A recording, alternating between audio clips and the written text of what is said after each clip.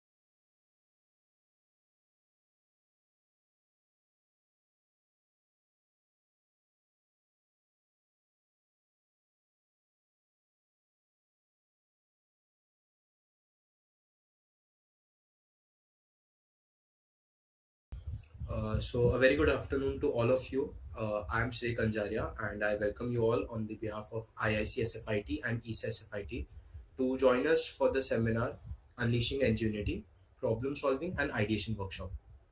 So for this seminar, our esteemed speaker is none other than Mr. Mayur V. Parulekar.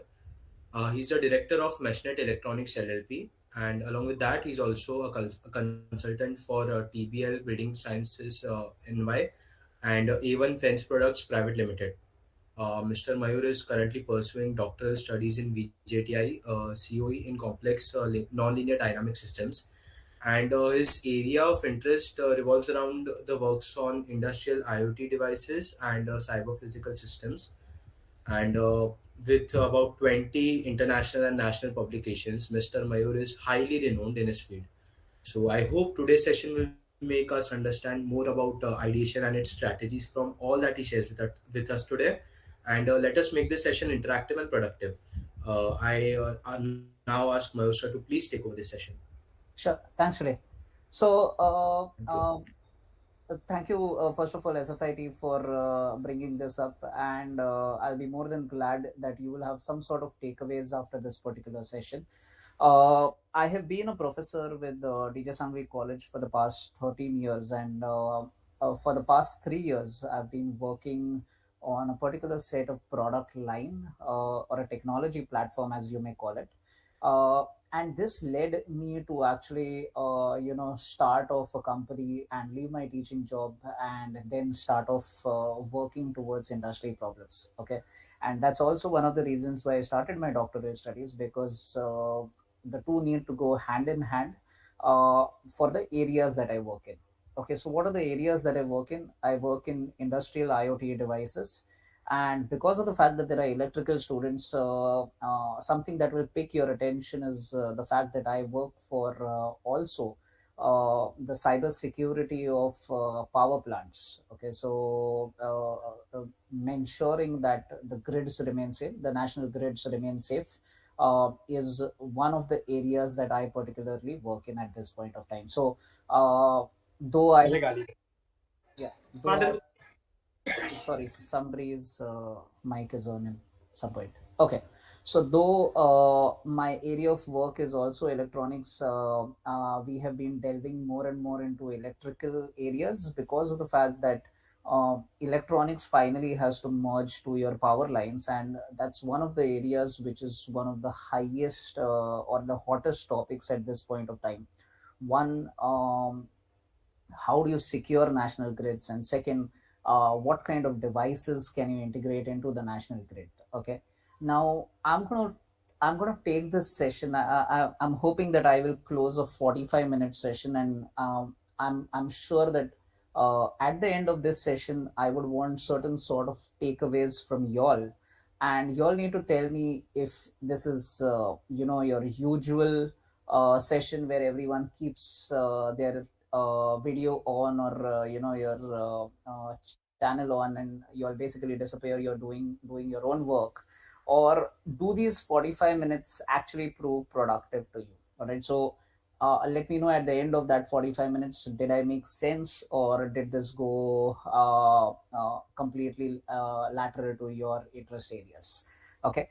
Okay, so I'm going to start off directly with case studies as to how we started our company and how did we use this problem solving and ideation methodologies to not just start off with proof of concepts, but also move from a college lab to an actual factory setup. All right. So when I'm looking at the first particular case study, all right, now I'm, because of the fact that it's the topic is problem solving and ideation, there is nothing more important than what we call as design thinking. Okay, and my first case study is based on one of our clients who approached us early, who wanted to marry three particular things. Okay, what are the three particular things that the client wanted married? Was the fact that one, the client is basically an artist. Okay, however, the artist in particularly in questions is also a graduate from is also a graduate in neuroscience, okay, from Kingston. And she basically had this particular idea of moving installations. Okay, so hence the name Kinetica. Okay, so what do you mean by moving installation? So I'm going to take a case study of this particular thing as the first particular entry. And how did we marry the mechanical field, the electrical field, and the art is what this entire case study is going to be about. Okay, now if you look on the left hand side, right, these are brilliant structures that have been erected in India. Okay, and on the right hand side you again have two other structures. Okay, and you will realize that one of the two structures on the left hand side are basically static sculptures, all right, or static works of art. And the same particular thing on the right hand side, if you see, are completely dynamic systems. Okay, which means that not only are these, creating a sense of awe, okay, but they are absolutely architectural and technological marvels. Right now, why do I say architectural and technological marvels?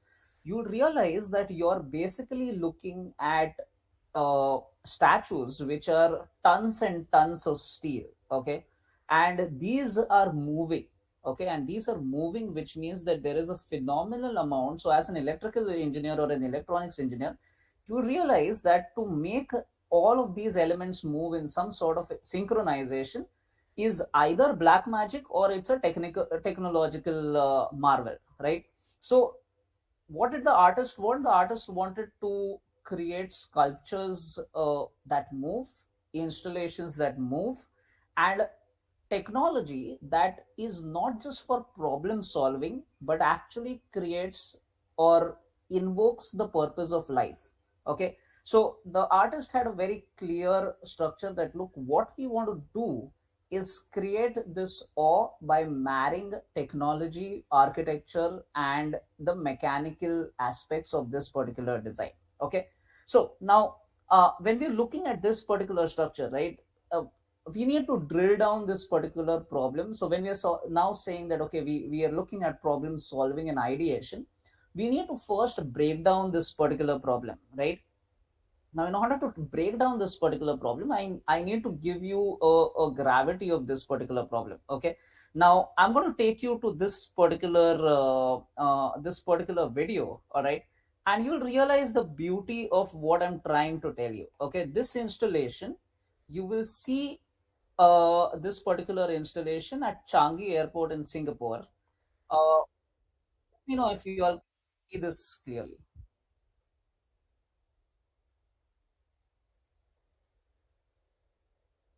Yes, sir, it's pretty clear.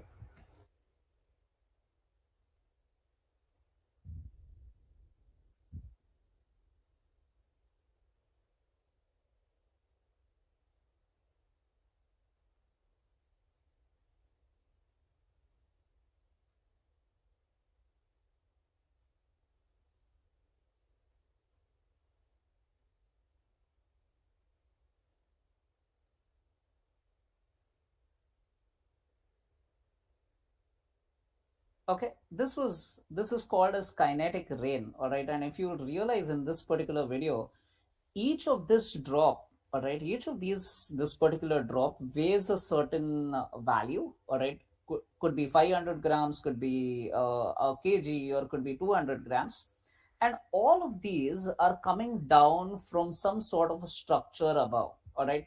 So it's something like this, that individually you need to control each of these particular elements, all right. So there is art that's happening out over here, but behind that there are two particular things that are happening. One, an absolutely synchronized pre-programmed system, okay, and a system which not only is running 24/7, but it also is designed to be, one, electrically safe, and second, mechanically safe. Why?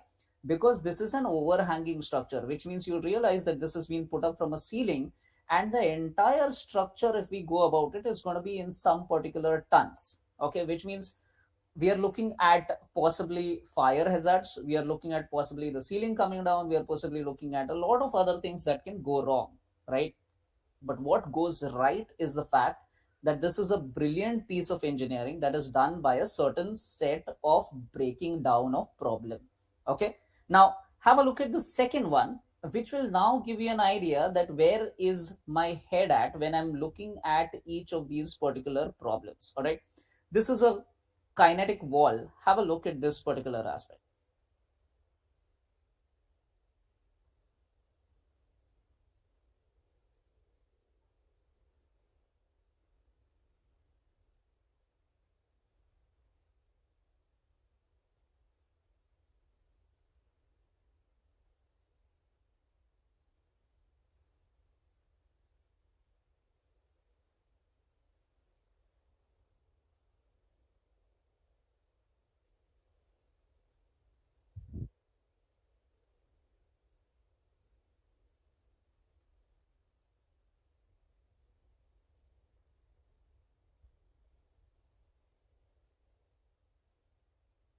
Right. So I'm going to take these two particular things as my base when I'm going to talk about technology and problem solving, and I'm going to tell you on this particular use case that if we were given this particular problem statement, right, what is it that we require to solve these kind of things, right? So it not just goes into figuring out that step one is you need to understand what is the vision of the artist in this particular case. Step two, you need to check its technological feasibility. And step three, you need to make sure that this is going to be a life hazard kind of a situation, which means that if this system has to be running 24/7, you need to figure out how to make this system as a complete fail safe, which is working at 99.999% uptime. Okay. So when this particular client came to us, this is how we actually broke that particular problem. All right. So this was the very clear indication that, one, when you're looking at this kind of a scenario, the client had three particular wish lists that the client was looking for. What was it? It was one, creation of awe and wonder. All right. So all of you, when you look at these kind of installations, right, we wait, and in that waiting moment we have a fleeting moment of peace in the chaos that's already happening, right? You may be traveling in a busy market, and when you suddenly see something like this, you'll realize that you'll wait for a moment, you'll completely lose your thoughts, and then come back to this particular reality that somebody is doing this piece of engineering or this piece of art. All right. And the artist was very clear that this is what inspirational means to that particular artist. All right.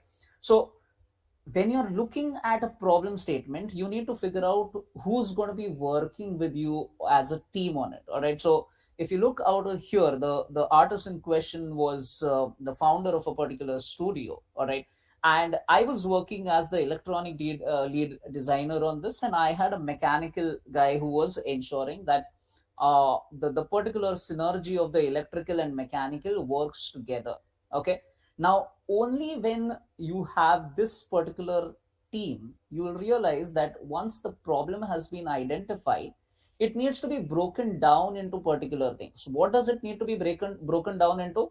The artist in this particular case was managing how the outcome should be seen, right? However, this artist is particularly not going to be the voice when it comes to, okay, what is the motor rating do I choose, okay? Or this artist is not going to be telling me that, okay, there is a mechanical structure, it should other than the fact that it should be of this kgs, uh, what kind of string to use, right? Should we use a high tension wire or not, or what kind of pulleys, is neither my job nor the artist's job. It is a mechanical engineer's job to figure this particular thing out, right? So when you're looking at a problem statement and you're looking at ideation, it's very necessary that once you break down that particular problem, you have the right resources who are working with you on that particular problem. So we realize that it's three particular statements in which it needs to be broken down, and that's the reason why there were three specific people who were looking at this particular problem statement. All right, now let's break the problem statement down, and you'll realize that this particular problem statement, when you're looking at it in terms of just the wall, right, and it's moving, we don't know how it's actually working, right? But now when I start breaking down that system, you will see that, let me go back to full screen. Yeah, you'll start seeing that, okay, where was this particular thing mounted? It's mounted on some sort of a mechanical frame structure, which is kind of a truss section, okay? But the truss section is basically in this particular case completely vertical, and what you see is nothing but basically either quad structures or hexagonal structures or octagonal structures which are mounted one on top of the other, okay? But how are these guys moving? Okay, so there needs to be some sort of assembly which makes this particular thing fluid. All right, so you break down this particular thing again into the next particular steps, that okay, we have a mechanical structure. Now I require something to be seen as a transition movement, and you'll realize that the transition movement required that we have some sort of a panel structure, and we needed to decide and design that where will our joints be, okay? And this joint is what is the crux of the entire process. Why? Because all of us realize that at the end, we know that a simple door, right, a door opens or closes on one particular structure, and what is that? It's nothing but a hinge, right? So if I wanted to close two doors and open two doors, which is now what you all will see when you're breaking down this particular problem, it's nothing but one particular line, okay, which is always going to be connected to some sort of a triangle, okay? And this triangle is what needs to be opened and closed by using a hinge. Okay, so now the problem has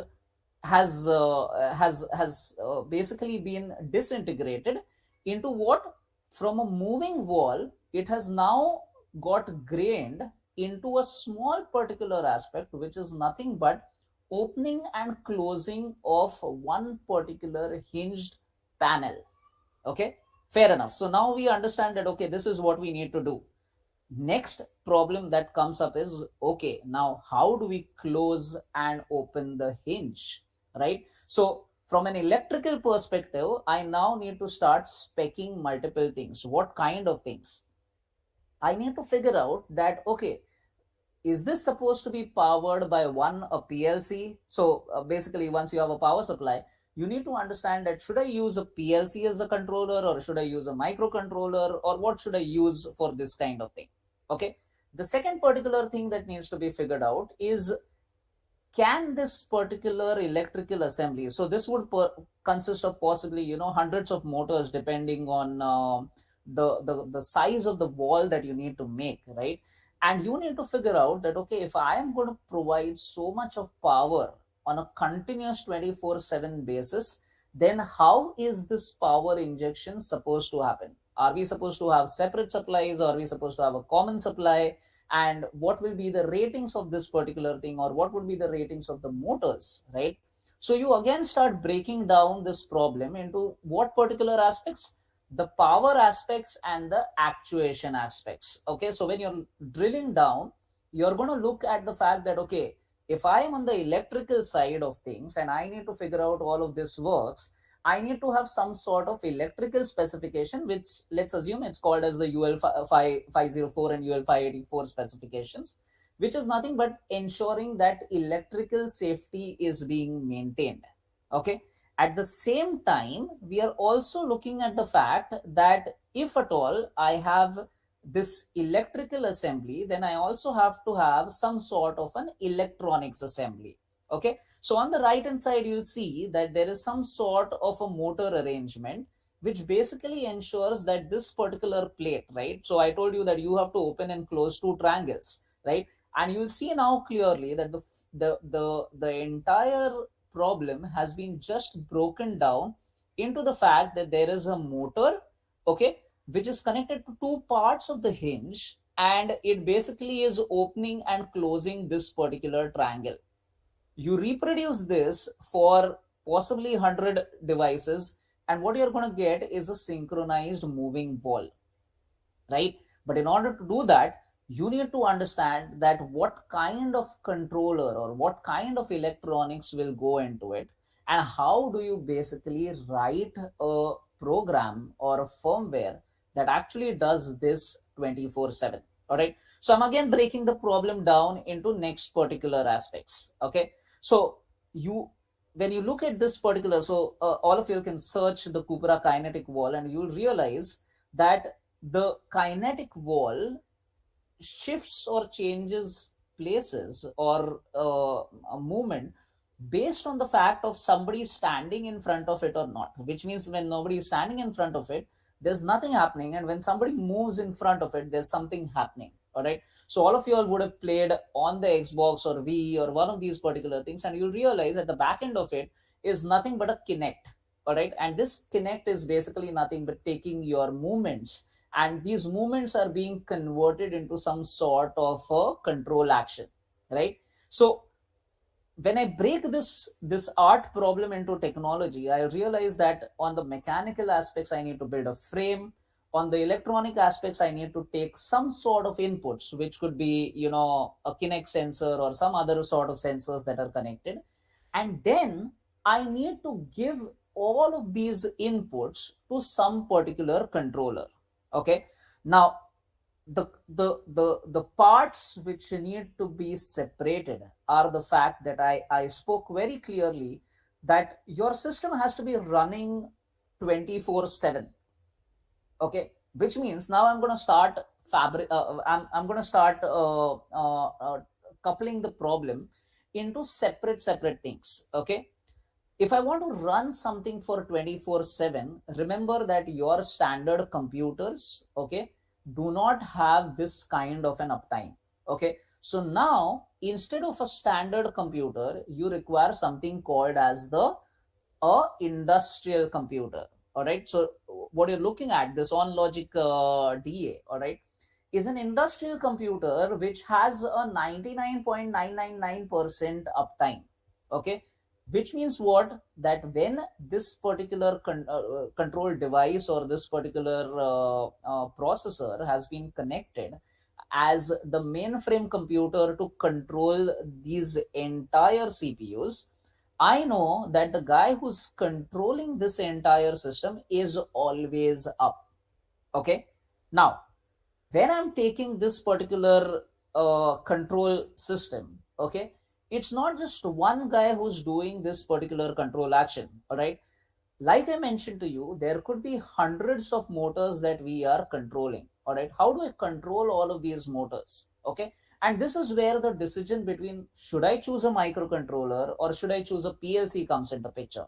All right, and all the people who would be there over here, whether it's the second year or third year or final year students, you need to understand one critical aspect between choosing of technology and devices is you need to understand its limitations. All right, so the limitation of a microcontroller would be what? It's going to be running on milliamps of supply. All right, and it basically has maximum of 40 IOs. All right, the moment I mentioned to you that I could have hundreds of motors and all of these motors are basically drawing amps of current, in itself, I have already killed the fact that I can never use a microcontroller out or here. All right. So, what is the choice of technology? The choice of technology suddenly becomes PLCs. All right. And then you say, okay, I've never worked on a PLC. How do I configure a PLC or how do I select a PLC? All right. So, have a look at this particular thing. That's the reason why I've taken the liberty of keeping two particular things open so that you'll know if I had to break this problem and solve this problem, okay, if I had to select a PLC, how would I look at what should be the configuration on it? All right. And you can see out over here, I'm on a particular link, which is Automation Direct. And I'm going to look at how to configure this particular PLC on the fly. All right. Now, if all of you all realize that a PLC basically is nothing but a hardened CPU, which has analog inputs as well as digital inputs, or analog outputs and digital outputs, and some sort of a control center. So it's a CPU, all right. So it's a CPU which accepts multiple sets of IOs. All right. Now, when we are saying multiple sets of IOs, I need you all to understand the fact that how many IOs should I choose? All right. What are IOs? IOs are input output modules, right? So out over here, you'll see that there is some sort of a power supply section. All right. So out over here, I have some sort of a power supply section. All right. If I edit out over here, you see that this particular configuration tool itself tells you that, okay, do you want a zero point 0.5 amp supply or do you want a 1.3 amp supply? All right. Let's assume that I have 100 motors that I need to run. So I'm going to select a 1.3 amp supply. All right. Now, the moment I do that, my bill of materials, which is being generated on the fly, has changed from $50 to $63. Now, why is this important to me? Because of the fact that the client will always give me a ballpark figure that, look, if we have to make money for this, I need you to make this in X cost so that I can sell it at X plus delta cost. All right. So, at any point when you're doing a problem and an ideation, you require to ensure that you supply a bill of materials to the client to ensure that, okay, look, we are going to be able to fix this out in an X amount, give and take plus minus 10-15%. All right. So that's the reason why the bill of materials is there. All right. Now have a look at the CPUs. The CPU is nothing but basically exactly what the PLC is. All right. So it's telling you that, look, this is a basic CPU which can give you 8 DC inputs and 6 syncing outputs. All right. We'll not go into all of these particular details, but let me just show you the drop down and you'll realize what I'm talking about. All right. It shows to you that, okay, do you want relay outputs? Do you want analog ins? Do you want analog outs?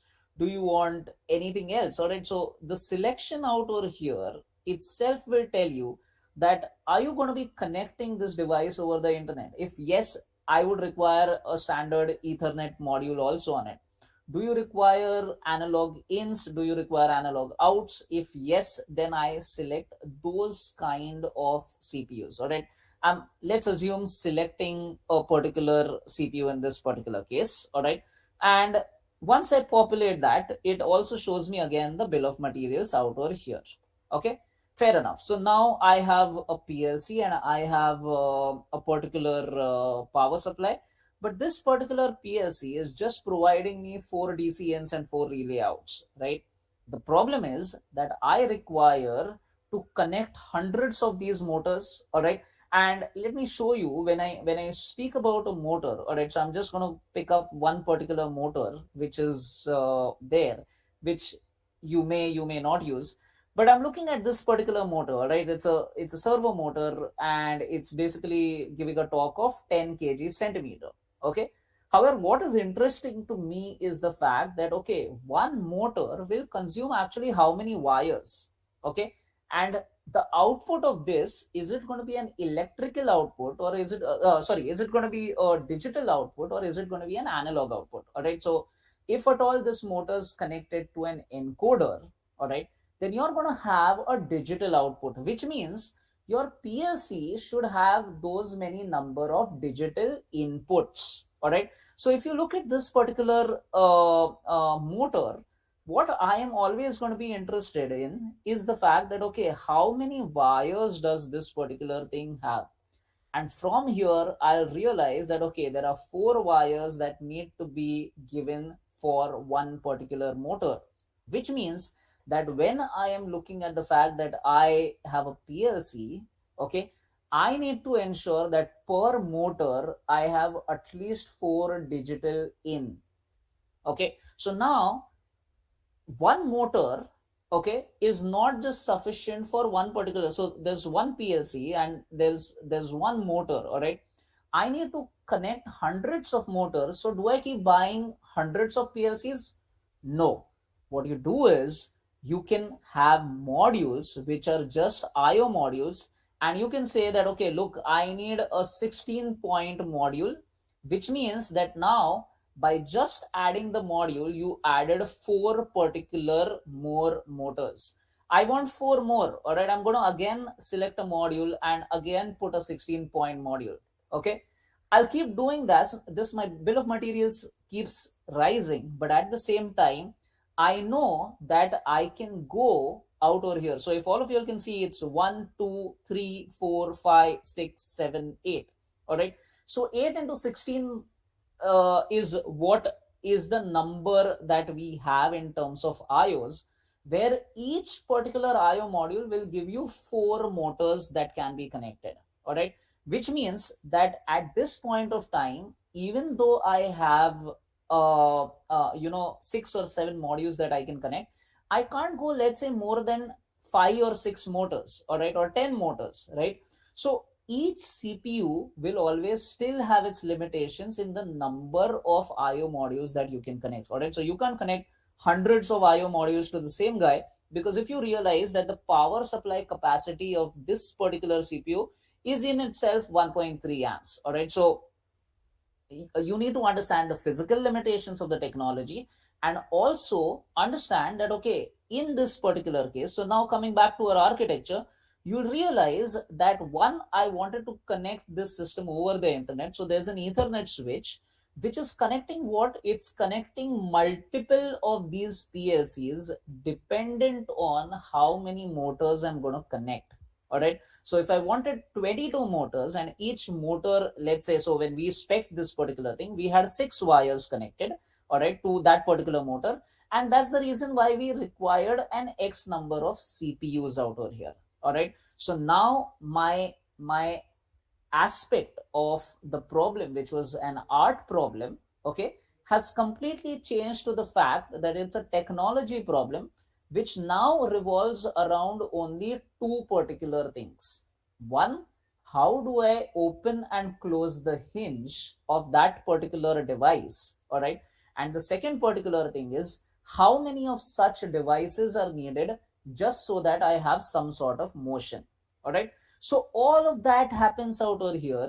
And what's happening on this particular Linux box? All right, so somebody is telling you that look, to create this work of art, this motor should move at X seconds, this motor should move at X plus Y seconds, this motor should move at X plus Z seconds, and those are the things that are going to create a pattern.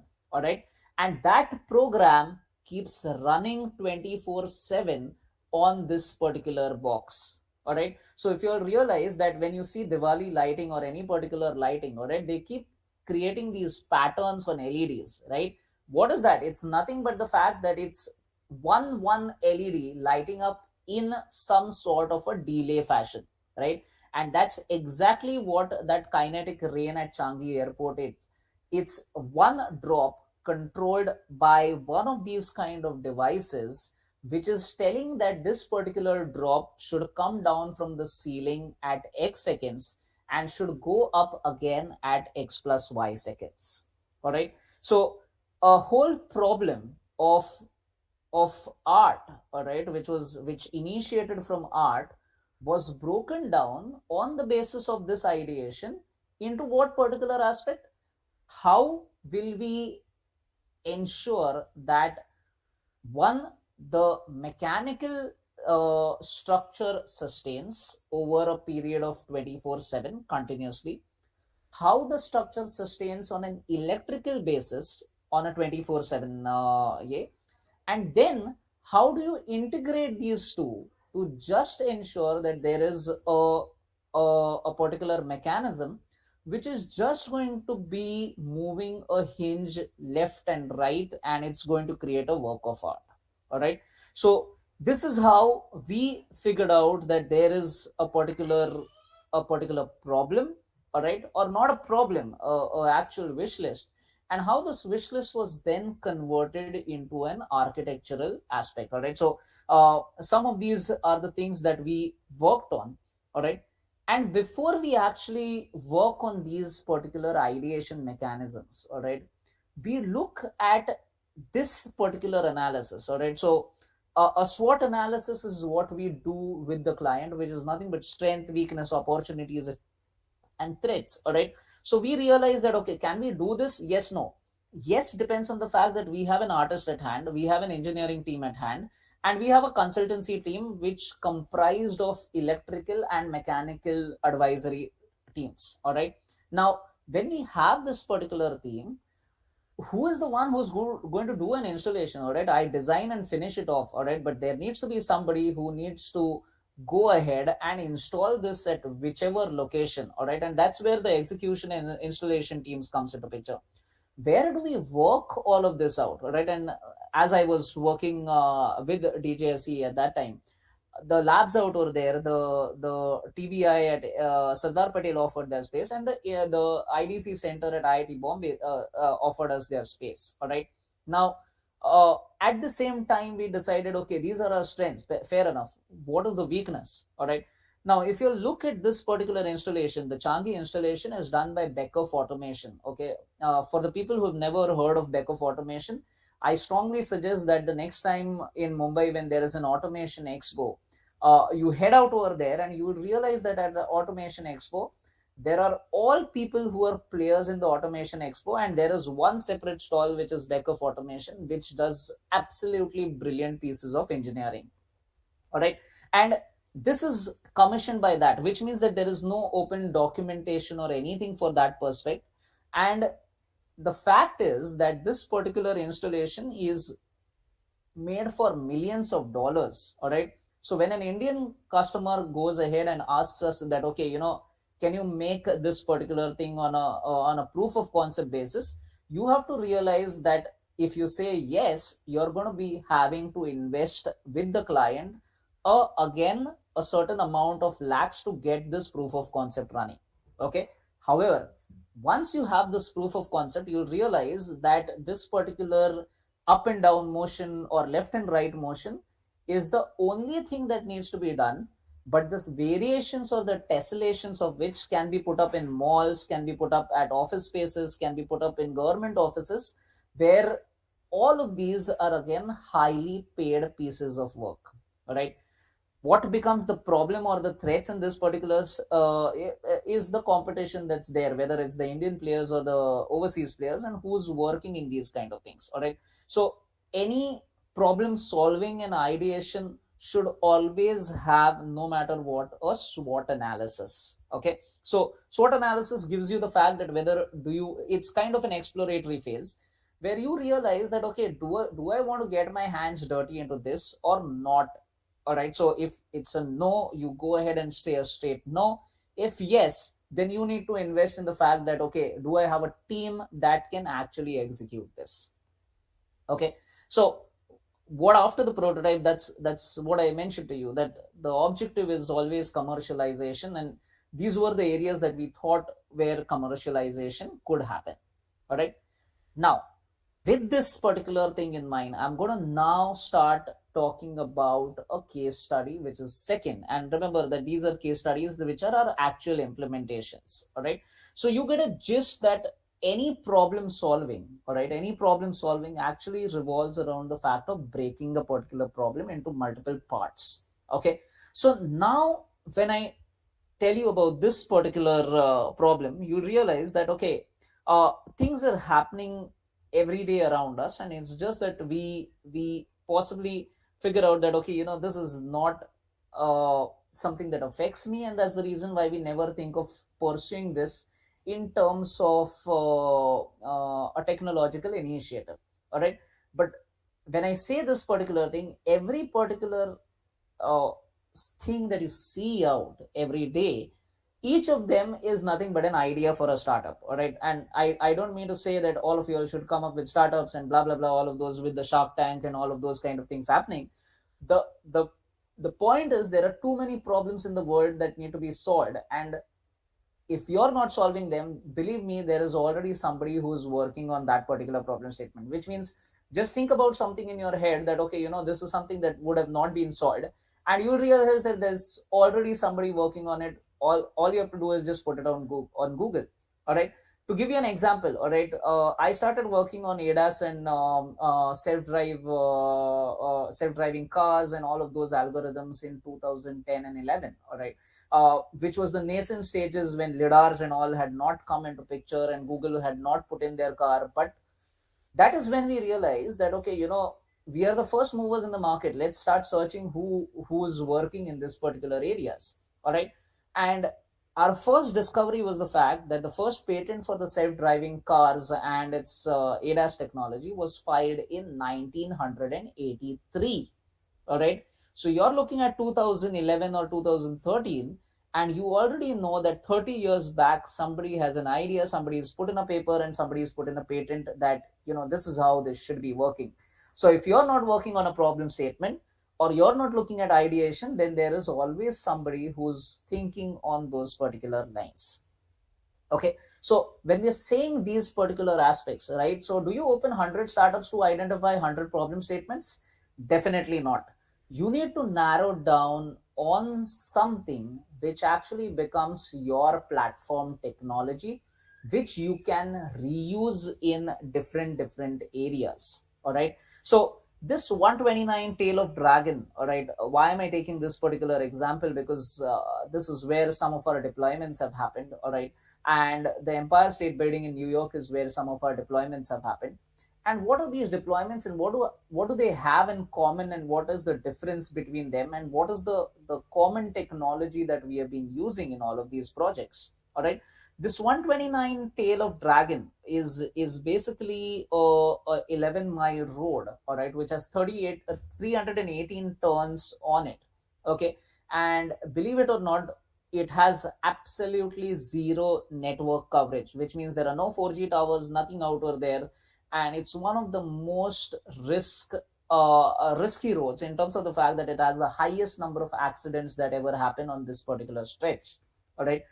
So the objective was that the particular government in question out over there required some sort of a technique by which you could send out these signals from certain poles that they would construct out over there to the closest station, okay, or the closest, let's say, restaurant, or closest anything which was there after this 11-mile stretch got over, because that was the only place from where the 4G network started being available. All right. So which means that you had to somehow take this signal out from these 11 miles of no network connectivity, and you basically had to relay this particular signal to nothing but a shop from where a 4G and your entire network starts. Okay. So all of you realize the fact that this particular problem requires you to understand one, wireless communication. And in wireless communication, you will realize the beauty of choice of technology. All of you all would have used Bluetooth at this point of time, and you'll realize that Bluetooth cannot escape the span of your house. All right. The same thing when we say about the fact that, okay, why not use Wi-Fi, and you realize that, okay, the moment I say Wi-Fi, it's again going to be 300 meters and not more than that. Okay. So technologies need to be validated, and technologies need to be discriminated, right? So if I wanted an indoor parking system, I could have used, let's assume, Wi-Fi is installed out over there.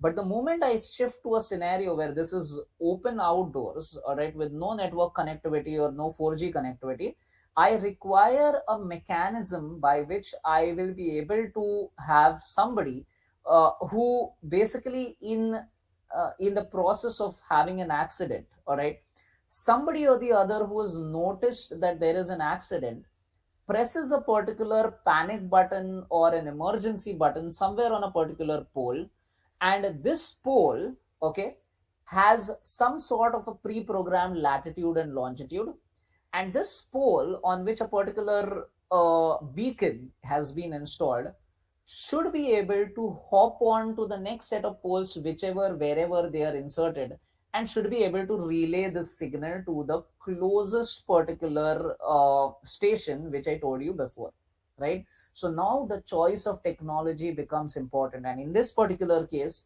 the choice of technology becomes something called as the long range radio. All right, so LoRa is a particular technology which is now what your understanding should be, that okay, when do I use Wi-Fi, when do I use Bluetooth, when do I use Zigbee, when do I use something like a 6LoWPAN or an NB-IoT, and when do I use a long range module, right? So why am I saying long range module? These long range modules, which are based on the Semtech 1276 or 1278 or the 1281 chips, these guys can go for a transmission distance of 6 to 8 kilometers. Okay, in line of sight they can travel, the signal can travel, remember, without 4G communication. All right, so this is basically in a free ISM band. ISM band is nothing but industrial scientific mechanical. All right, and you can mesh. So we wrote the technology for meshing of these particular devices in such a way that this signal would hop from point A to point Z as and when there was somebody who was pressing the particular pole point. All right, what did it lead us to? It led us to the fact that okay, this particular pole is where the emergency button was pressed.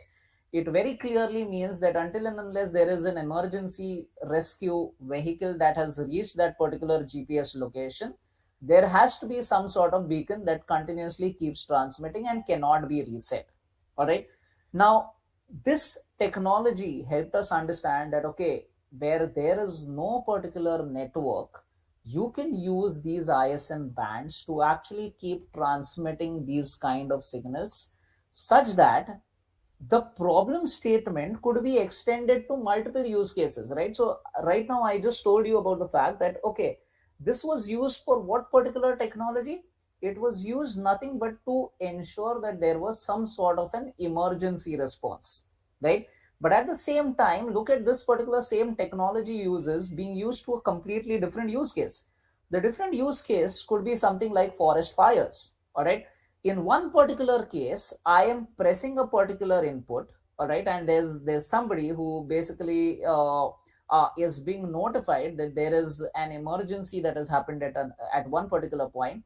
And on another case, the same 4 to 6 kilometers of signal is being used for the fact that you have all of these forest fires that happen in Canada, in Australia all the time, which burn hectares and hectares of forest. All right, and you will observe that if at all I had to do was use the same particular technology, use the same particular concept, except now install a smoke sensor or a gas leak sensor or some sort of that technology integrated with this wireless communication, which actually helps you to transmit now a similar signal, but the parameters are changing. All right, so in one particular case, the parameter was what? Latitude and longitude, and this was being transmitted ahead. In case 2, you now had a forest fire which was automatically telling the let's say the fire department that look, at location latitude so and so, longitude so and so, there is this particular problem. You're either required to send a fire brigade or a helicopter which is going to be dousing that particular fire. All right, use case remains different. All right, but the technology remains same, and that's the reason why this particular slide I've mentioned that the choice of problem statements that you take up as a company or you take up on to solve, right, there should be commonality into the problems that you're looking at. All right, and you'll realize that like us, there are so many people who keep working on these kind of problems. All right, so I'll show you a link right now. All right, which is nothing but Mutual Core, which supplies these kind of equipments to Tata Advanced Systems. All right, and have a look at this. the same particular thing that you'll see. All right, so you want remote patient monitoring, you have a solution for that. You want an alarm unit, you have a solution for that. You want a panic button, you have a solution for that. The same technology, all right, if you want to measure indoor air quality, you have a carbon dioxide, carbon monoxide sensor, and they're all working on this particular aspect. All right, technology wise they are all the same. All right, but the use case wise, you have, with a singular platform technology, you built three particular product market fits. All right, so you will see that these kind of alarm systems are there in the current BST AC buses that you'll see. You'll observe that on the right hand side there's always a button blinking which says emergency response, and it's got a gasket on top of it, a glass gasket on top of it, which basically you break and this sends out a wireless signal on the exact same technology, right? So use cases will always be different. All right, and the technology is going to be the same. Okay, so this is how you choose and reuse technology. At this point of time, we have a similar line of business where we provide not just indoor quality sensors. All right, so we realize that meshing is happening on these particular devices. We've written a fantastic firmware and all of that for it. All right, so now what remains is the job is nothing but the fact that, okay, how many use cases can I identify? Can I use this exact same thing in an industrial setup? And now instead of measuring forest fire or gas detection, I am looking at each let's say vibration of a particular machine. All right, and I'm sending this particular data to either AWS or to a central controller, which also tells me that, okay, if I have to do a scheduled maintenance of a plant, and I have to shut down the plant without realizing that, okay, who is creating the problem, this particular sensor data which is coming from each of your machine on a continuous basis will help you realize that, okay, I don't need to shut down the entire plant to identify the problem.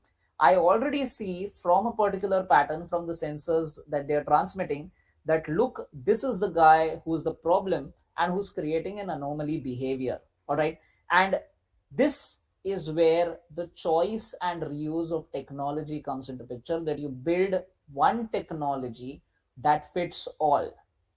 All right, to summarize, all right, I'm going to go on my last particular slide and tell you where all we integrate this exact same board that we've designed. All right, so what we did was, for the past 3 years before we actually went into production, we started designing this entire hardware and firmware around it. So the past 3 years we kept looking at, okay, what is it that we would want to offer our customers, and you realize that there are multiple use cases that we designed, and all of these were sent out to our clients. All right, but what you'll see in the commonality of the structure is the fact that though the boards will vary, the controller or the design on it will remain almost similar. What do I mean by that?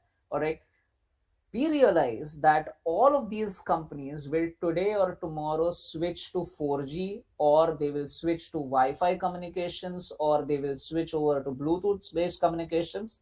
And that's the reason when we designed the particular platform technology in question, all right, we designed a board which becomes modular in nature. All right, so there's a central controller that is present out over here. Okay, and we require the fact that, okay, there are multiple companies who are going to be approaching us. Somebody who's approaching us with possibly the needs of a PLC. Somebody is approaching us with the needs of possibly an indoor air quality system. Somebody is approaching us with a fence intrusion detection system. So all of these guys need to be serviced based on custom modules, right? So what we did was we figured out, okay, when we are the ones who are designing the PCB, each of these modules were kept as a pick and place module by us. So if a client tells us that, okay, look, I want two RS485 ports, we, when we are building the hardware for them, we just populate two RS485 ports. If somebody says that, okay, instead of one Ethernet port, I require two Ethernet ports, we have the capability of just duplicating that Ethernet port. depending on how the client wants that particular need. All right. The beauty of it is over the past 3 years, we could design a product or a platform technology which not just fit one particular market. On the right hand side, what you're seeing are proximity sensors. All right. So what is there currently, what I'm hovering over is currently in US in deployment on a lake out over there. And you see these horns kind of a thing. All right. These are ultrasonic detection sensors which actually sense when a ship is coming by. Okay. What is this being used for? This is used for parking management system of ships. All right. So what you're seeing is that when this particular ultrasonic transmitter, the moment there is some sort of an obstruction in front of it, all right, at some particular distance, using this particular radios, all right, these long range radios, it will tell the particular control center that look, there is a ship approaching out over here, or there is a ship already parked in the bay. Okay. What will it give us? It will give us the fact that okay, out of the 20 parking slots for the ships that I have 18 that are full and 2 at point number X and point number Y which are vacant. The moment that is known, it is relayed to the driver of that particular or the captain of that particular ship that you need to navigate to this particular location to park your vessel. All right. So when you have these huge vessels at yards, you need to figure out these kind of mechanisms. A similar set of technology was used on the left hand side of the board. What you're seeing out over here is something as basic as your something that you learned in BW, right? Basic electrical and electronics engineering. And that was nothing but resistances in parallel and resistances in series. And what you're seeing out over here is nothing but resistances in parallel that we've configured, right? But believe me or not, these were the ones that figured out the particular problem when we were designing fence intrusion detection sensors. All right. If all of you realize that when two resistors are basically connected in parallel, the resistance, if one of them is removed, right? So if you have 5 ohms and 5 ohms in parallel, okay, the resistance becomes basically 2.5, which means that if one particular resistance is cut off, okay, the resistance will become 5 ohms, right? Now imagine the same particular concept of resistors being connected in parallel on a fence. And every time when somebody tries to cut a particular fence a layer, all right, there is going to be a change in the resistance in parallel. And this, if relayed via a wireless communication module, will reach the control center, sending out the fact that there is an alarm, somebody is trying to cut your net. Okay. The same particular technology, if you see on the bottom end, was being used by us for smart meters, which means that all the meters that you see right now in your building, all right, they are always going to be physically connected at any particular location, right? And they may not have a smart card in them. Smart card meaning a SIM card in them. All right. We figured out the devices by which we could. So what you see was this is our early stage work where we actually used a Raspberry Pi 4, and we took the readings from the serial meter, all right, relayed it to our particular Raspberry Pi, and from there we relayed it to our particular LoRa module that we had designed. Okay. And now you'll see that these particular modules, so to all of these particular meters, when you connected some sort of a module, these serial meters where a user would come to measure the electrical readings, now automatically all of these readings are transmitted wirelessly to the control station. What does it save us? It saves us the cost of one person traveling to X locations to gather the electricity readings. Now multiply that salary with the number of people who are employed, let's say in Mumbai, to actually figure out that okay, utilities will be saving that amount if these kind of meters are installed. And that's the reason why there is so much emphasis on smart meters at this point of time. All right.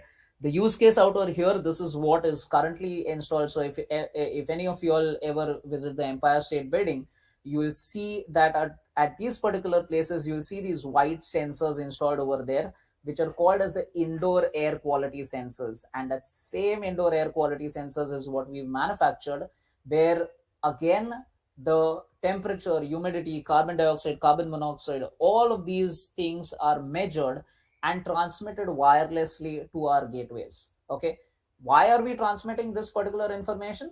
Because of the fact that on the basis of this information, our client is then switching off and switching on ACs and other HVAC systems to reduce the consumption of electricity. And how does that particular person get money by reducing the electricity consumption? You'll need to realize the fact that New York has something called as LEED certified building, all right, which means that this particular client makes an X amount of money depending on how much amount of money he saves for his customers, all right, and that's the reason where these kind of equipments come into picture. And the same technology was then used by us in a paint dispersion machine, all right. So if you see out over here, this is nothing but the electrical panel of a particular machine that we are currently designing. So you could see that we are scaling from something which is as small a device over here to a paint dispersion machine which is now being operated at the same particular thing, all right. So what you're seeing right now out over here is nothing but a paint dispersion machine, all right. Currently there's water in it because it's currently in test phase, but the same paint machine is actually being run by our same gateway,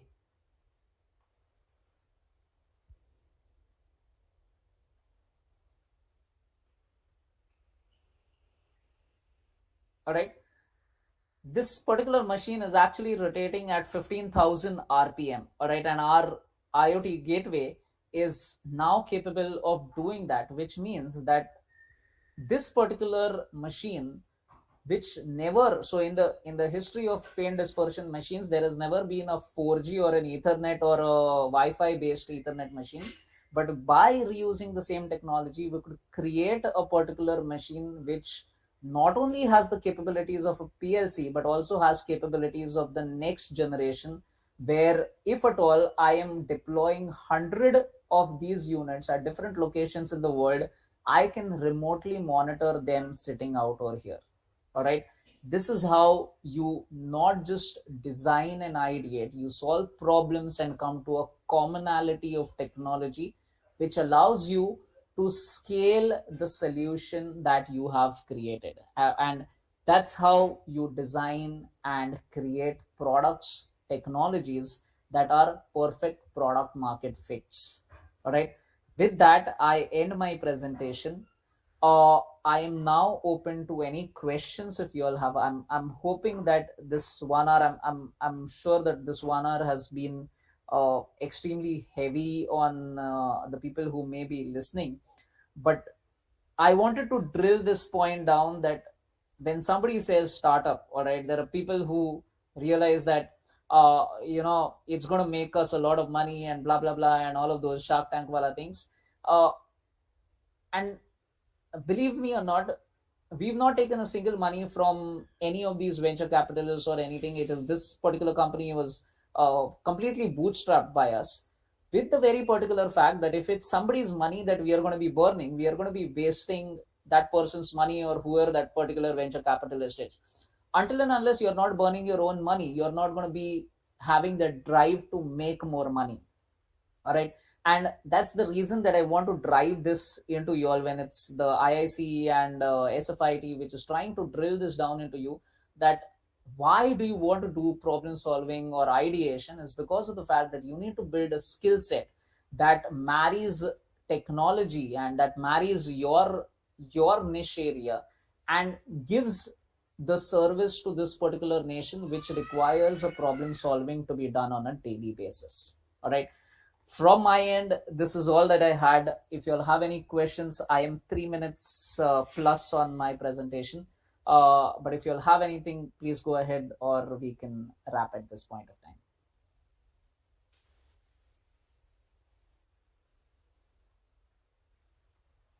time. Guys, if anybody wants to ask anything, they can unmute themselves and ask their questions.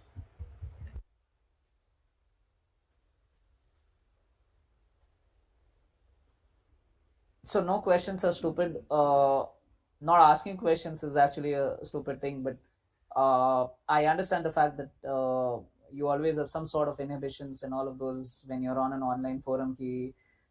Somebody's forced me to sit through this particular presentation. So no worries, if you don't have any questions, we can wrap it up. And Adil already has my number. If you're We always look out for interns and all of those aspects at our lab. I work very specifically on mission critical projects that relate to all of aspects that are electrical in nature, but those are certain under non-disclosure agreements, and that's the reason why none of these particular things can be discussed out or here in a live forum. But you'll have my connect, and y'all can always get in touch with me on those aspects also. Sir, I got this one question from a friend of mine. He Sure. asked, are, aren't there any safety issues in using ISM bands, or can the signals be encrypted? Oh, signals are And he always, also, yeah. So signals are always encrypted. They are always the this particular onus is on the OEM, the original equipment manufacturer, that all signals that are transmitted are always encrypted. So for all our wireless transmissions, we not just use WPA2, but we rather go for WPA3 as a security standard. and so there is this one question which had been asked, are the IC? Sorry, I didn't. Your voice got cut. Sir, this one person asked, are there any examples of mechanical art in Bombay, like the one that Uh, you showed about the airport over there? So, as of right now, no. As of right now, no, because all of these are private installations that have happened at homes of different industrialists, right? But you should be so. If all of you would have seen that at Ganpati and all of these festivals, you have these moving, small motors which are moving the hands and legs of the deities, right? Uh, just think of it that this is the simple version of it. The complex version of it is tens of thousands moving together, and that's the engineering feat on this. So the one which I showed you, that's David Cerny's art, and you'll see it on the streets of Prague. Actually, it's a Franz Kafka statue. Just search for Franz Kafka, Czech Republic, and I think you should be seeing that installation over there.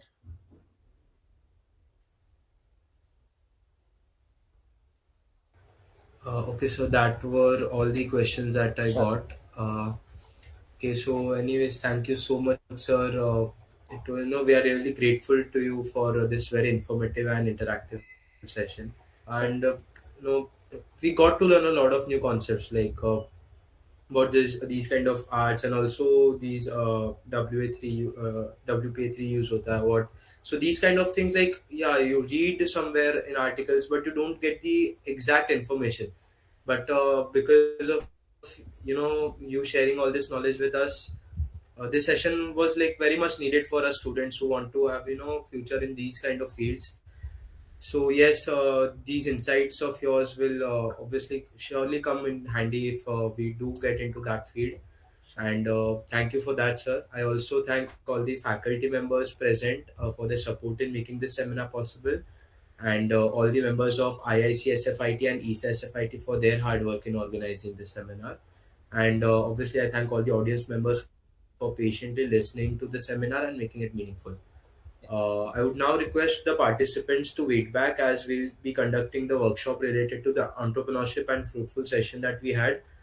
And I would request everyone to please join the quiz through the link on the YouTube live session. It's in the comment section. All right. So please So join I'll that. I'll drop off from here. Say thank you to the entire SFIT team. Yeah. Thank you so much, sir. Thank you. Yeah.